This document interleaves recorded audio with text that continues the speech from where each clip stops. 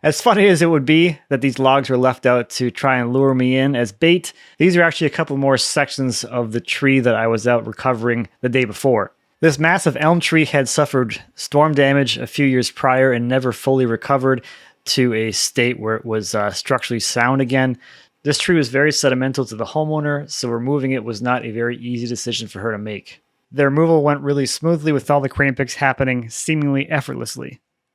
And eventually it was just brought down to the main stem and those main large branches coming off of it. So here's one of those chunks I had just picked up. It had a cable tie in it because they had previously tried to add cables to the tree to help to structurally support it. And then the other piece with that large crotch coming out as well.